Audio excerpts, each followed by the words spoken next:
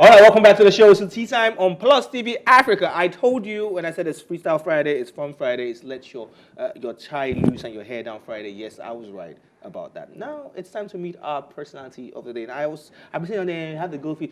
He's like, which one is Goldfish? You guys just still lost. A lot of people don't know him by the name Goldfish. Some people do know him by the name, but Goldfish is in the building and is about to take us into the world of Nollywood and his own life personally. Ladies and gentlemen, from corporate back... Okay, no, let me even start from corporate now.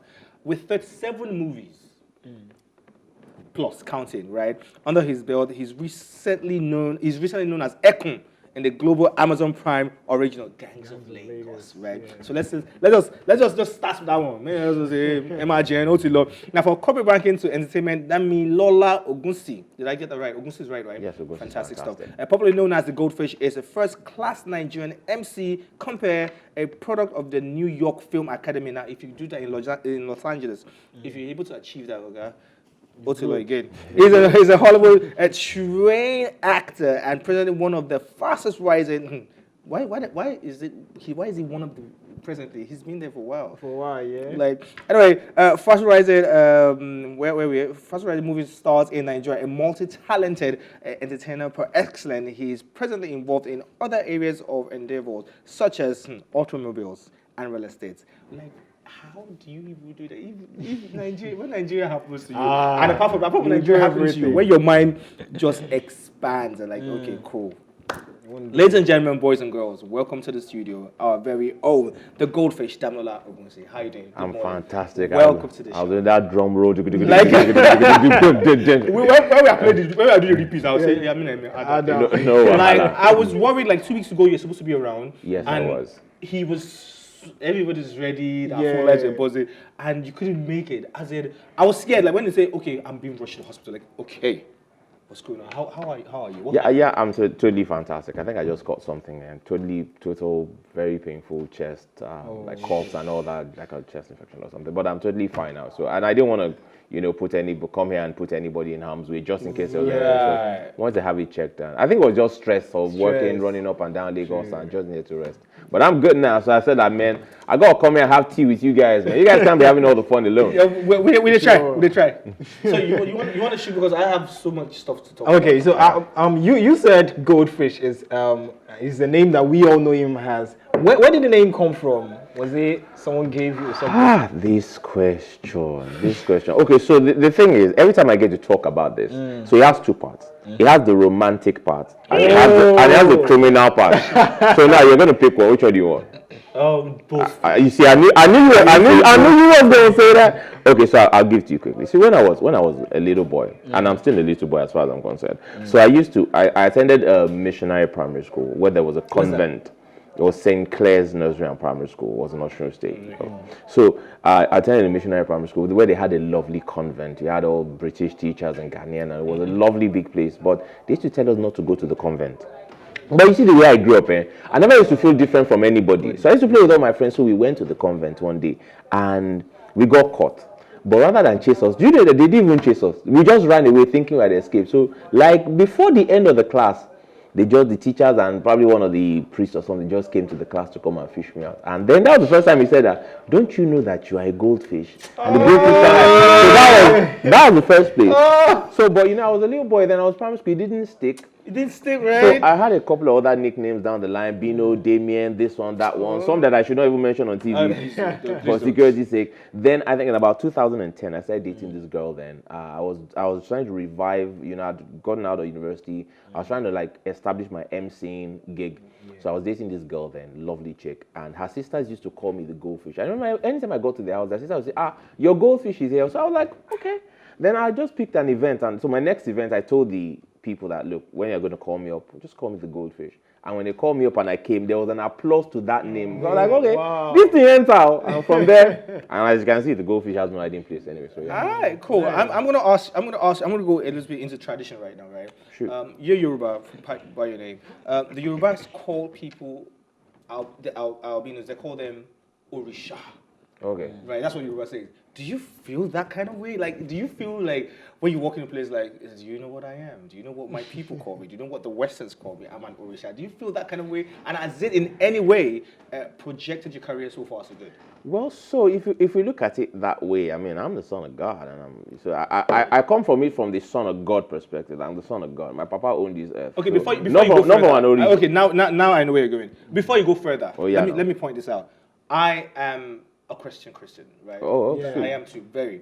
But at the same time, I do not take away the fact that I'm African, I'm Nigerian, I'm Yoruba, and we have cultures All here these and there. things It doesn't mean I'm like, oh, I'm worshiping any deity anyway, right? So it's just something Yoruba say. No, I'm still getting there, man. go I'm ahead, still because getting- you I don't- understand the whole. You don't open Bible. No, that's not you. Now you can't stop me. That wasn't where I was going at all. So the old Orisha concept, seeing it as, of course, I understand that. I've known so much about that. What Yorubas think about people living albinism, that there's some Orisha and they're special and all that. So I take that all in. There's whole speciality about them. And if you think about Orisha, then that's a good thing because I mean, it means you look at me and like, oh my goodness, that's a god going up there. So yes, I actually, it actually works for me. Now there are other myths and misconceptions, but I mean from that perspective and coupled with the fact that I'm a son of God, Orisha, I'm alone. Try me, Orisha, I'm alone. So yeah, it works for me, and I'm glad. All right, cool. You want to go for something? All right, so I want to take it back a bit. You talked a bit about your childhood, So how can you give us just a little bit of more insight on how it was, growing up as an albino in Lagos? Wait, how many? Sorry, I'm asking you. How many of you guys in your family as a whole? Who are my siblings? I got 3 other siblings, so we're 4 kids. Where do you stand? I'm the 3rd. No. Only guy. Only guy. Okay. I was about to say you didn't even enjoy so many people, but I come back only guy. Okay. You think it's only the Emi that is Okola one? Emi gonna I'm gonna call one too, man. They only dude in my house.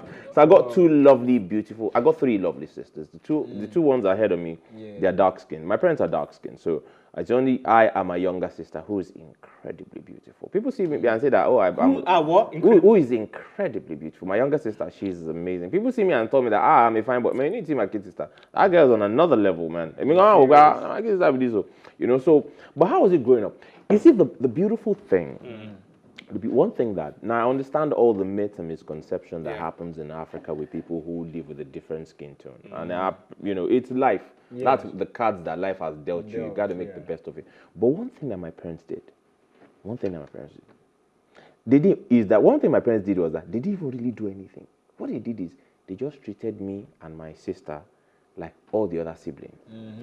So we didn't know we never felt any different. It was the same food, it was the same this thing, apart from maybe sunscreen and extra, skincare that I got. But I was one they beat the most because boy, I was mischievous. I mean, I was the epitome. I was the epitome of that. I read some of things. One or two things about it. But so they treated us the same way with everybody else. So when we went out, we didn't feel like we were different from anyone because at home they treated me. Funny enough, my mom is such a smart woman. She's a school principal. She's Sabi. So when I was a kid, she used to. We would GS to talk, and she used to sing. So she would sing it for me, then I'll dance to it. So it was like, so when I now go out and people say it, I now used to think it's an endearment. Sometimes I'll dance to it. Even now, when I go out and I get somewhere and some kids are singing it, I just go I just give them knuckle. So I think it was just that little mindset, that little that tiny thing she did that didn't make me grow up so self-conscious. I now grew up to now believe that, man, I'm James Bond, bro. Like, if I walk somewhere, you got to look and look again, like, oh, boy, out there. But where are hands? Gangs of Lagos, Nollywood as it is. Like we've gravitated away from the fact that Nollywood just do the same old story. There's a one weekend grandmother or stepmother somewhere. It's different now. Now I'm asking this question from Gangs Lagos. You've heard the fact that a lot of people from inside Eko are having problems. They had problems with the fact that they portrayed the AO in a very. Did you read those stories? Yes, I read it. All over the place. Anyway, yeah, I read it all. You were Ekun, one of the bad guys. I lie. Right? What's your take on this? Okay, so the thing is that firstly, the only thing I can say, because like we left it to the producers that the actors, we didn't get involved on social media or anything. We left that to the producers and the PR company had to go sort that out, because but also I know that the producers did all their own work. But what I'll just say is that, you know, with all due respect to everyone, with all due respect to everyone, to the people of Isaleko, to the people who are Eyo, is their thing, is the fact that what we're trying to do is we're trying to tell a story. And at the beginning we came out and said this is basically fiction. It's a work of fiction. It's not research. It's not a documentary. It's just a work of fiction. It's our imagination. We're telling stories, and because we have to tell stories of our society. And most of all, I think the film has more weight than, you know, I wouldn't wait it out, but I said that there was more to that film. And we do respect to all the people that think it was just it's a fiction. And I know that people enjoyed it. You know, people enjoyed it. It's a fantastic movie. I did actually enjoy it. What do you drive now? Like, don't give me the brand. What kind of vehicle? What kind of engine do you drive now? Do you drive a 4-plug, a V6, a V8, a V12? So my daily driver in Lagos is a 4-plug, because you need that for daily driving. Okay, cool. Where I'm going is the whole automobile. Because if I could recall, one of your favorite cars is the Benz E63. Yes, because I remember. Wait. I'll point you to marketing. Okay.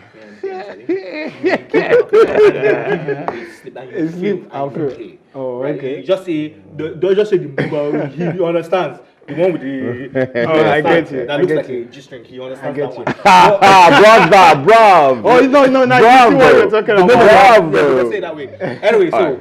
I wanted to talk about something that relates to movies. Now, you've been doing movies for quite a while now. Okay. You were in Mokalik, you were in Finding Hobby, you were in, which other one again? You were in a lot of other ones like that. And how have you seen the industry, that's Nollywood, level up actors like yourself, and in this time as now? So, do you think? Okay, let me put it in a better way. Do you think?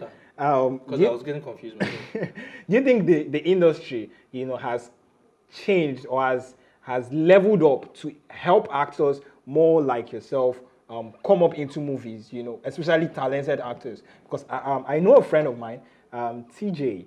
It was very good. We went to the same uni. It was very good, you know. But he featured in 1 or 2, and that was it before he traveled out. So do you think they're opening up the floor now to anyone that is really good to come up? I don't even think that anybody is opening the floor to anyone. Nobody opens the floor to anyone.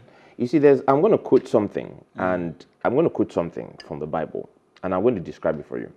So it says, the gift of a man makes room for him and puts him before kings. So this is how life works. There are people seated on the table of life who are of achievement.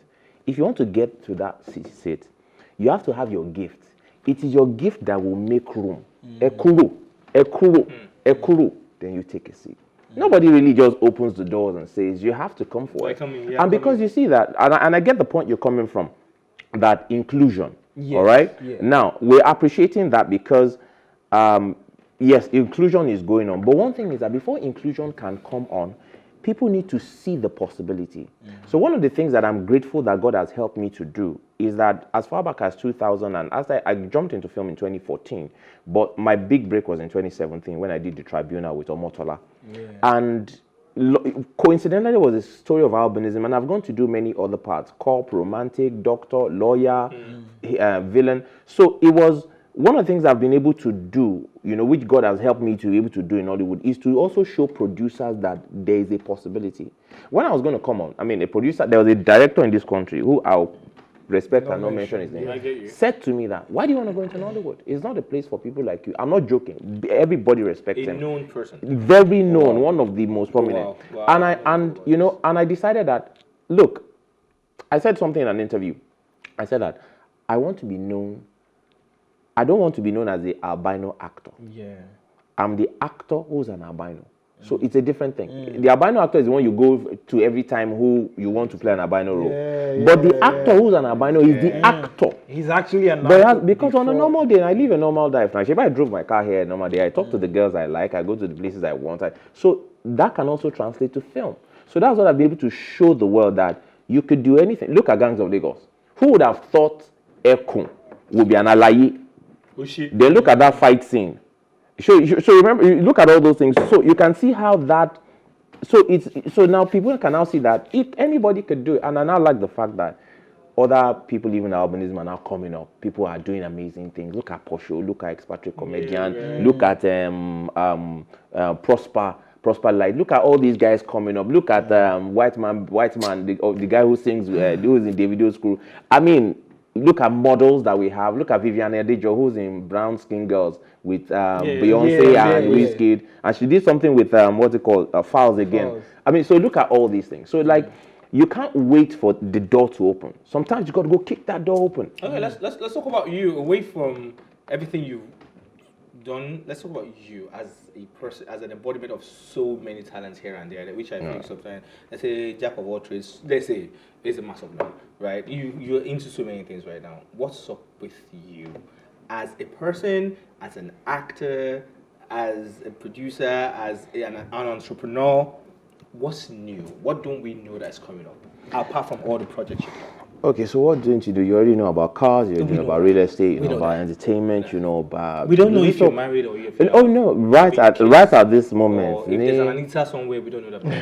Ni wakati owo. I'm not married at the moment. But you are dating. Oh yeah, I'm looking forward to it. At the moment, yeah, I won't, how do I call it? I think it's... Of course, there's someone I'm in the talking stage. Yes, there's someone I'm talking to. There's someone I'm talking to. Talking stage. No. You're not allowing me land. That's why. No, you're not allowing me land. Vex, not quiet. No, you're not allowing me land now. No, they don't. Which talk you define? Talking stage. I can clearly say that when you're in a talking stage, you can talk to more than one lady. You're not dating. You're not dating because you have to pick the best option for you. Update. Update. Oh yes, update live. If you're talking to someone, there are several places you talk to. You go out on dates because you need to know. Then you have to lock down on one. You can't just say, okay, so you talk to this girl, then you talk to this girl. If it doesn't work, then I'll go and talk to you. No, at the time you're talking to this, you're talking to people. You're not messing around, you're not crossing lines, you're not crossing boundaries, but you're having conversations. Then you want to know, oh man, I've talked to 3-4 people. Amongst these 4 people, I think that Talkware is the best. Then you go settle down with Talkware. The other ones they go. Now we obviously know that there's a Talkware somewhere. Before we go to, did you see the video we talked about earlier about a person? Will you rat out your siblings for? Did you watch that? No, I didn't. Tell me. Okay, cool. He's my best friend. Right? Yeah. Oh, sweet. You're my sibling, right? He comes around. For some reason, we had an argument upstairs. I pushed him down the stairs. He breaks his neck. He dies. God forbid. And the cops are here. Will you tell them exactly what happened? And you saw everything that happened. You saw everything that happened. Will you tell them what happened, what I did, or will you say, it was accidental, and what will you do? Like. Man, that's a very big dilemma. I saw it online. That's a very big dilemma. Do you tell the cops the truth? Do you... man, that's a very big dilemma. I might have to go with the truth. That it shocked me. You let me go to jail. Yes, because wait, hold on. You shoved him. When you shoved him, was it deliberate? Intentionally, deliberately. Then you gotta go to jail, man. If you do the crime, serve the time. If you do the crime, please ask him one. If you do rather. Okay, so there's okay. So random very shortly, but I want to ask, would you rather? Just would you rather this or that? A bit of the 4th segment. Lord help me. Okay, so yeah, I have one. This is good. Would you rather give up AC for the rest of your life or internet for the rest of your life? Internet. Bye bye. Are you serious? Wait, hold on. Would I rather give up AC? Yeah, for the, air conditioning. Air conditioning or internet? Yeah, internet. One of them has to go. For life. For life. Ha! And every time I'm driving in this Lagos and I'm in my AC, I'm always praying for the person that discovered it. Because man, But really, where the world is at the moment, I'll let the AC go. I'll pick the internet. All right, people, would you rather have people read your mind or have access to your internet history? No, they can have access to my internet history. They can't. They They can- confidence. they can- Anyways, that's They about not get anything where they want to there with nobody else. Nobody- Do. But in my mind, no, don't demystify me. You take the internet now. What do you want to see there that you have people have not gone to see You know, before? funny enough, even when he said that, in my mind, like, oh, me they leave my internet because I've searched something. I was discussing with my AI recently, very sick stuff, and my AI is like, do not discuss such things with me. This is AI to tell you that. You blow your mind what other people have done. What they said for.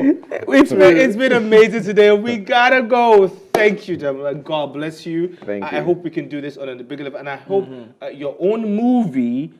You can just say, guys, don't worry. I'm a terrible actor. Let me just do a capas. Like, okay, come and do a capas. I got you, right? But thank you for coming through. That's about it. Do follow everything and anything we're doing with the hashtag Tea Time, and do not forget follow our YouTube channel with the what's that thing called? The handle. Yeah. Our PlusTvAfrica lifestyle. You can also watch this particular program on R2 TV and in London on Ben Television and Star Times channel 308 and here on Nigerian DSTV channel 408. Right, that's about it. We gotta go. Don't drink and drive. Put God first, and the rest is history. A big thank you to Uyime for holding us down and Joshua for holding it, and my guests in the building. Do you want to say anything to our people before we go and your handles and everything? Oh, thank you so much. Thank you so much for watching. I enjoyed this. I had a good time. Please follow me on my social media, Instagram, Damilola Ogunsi, just my name, Damilola Ogunsi, and we'll rock and roll together. Okay, we gotta go. Drink a lot of water and mind your business. It helps you live longer. We out.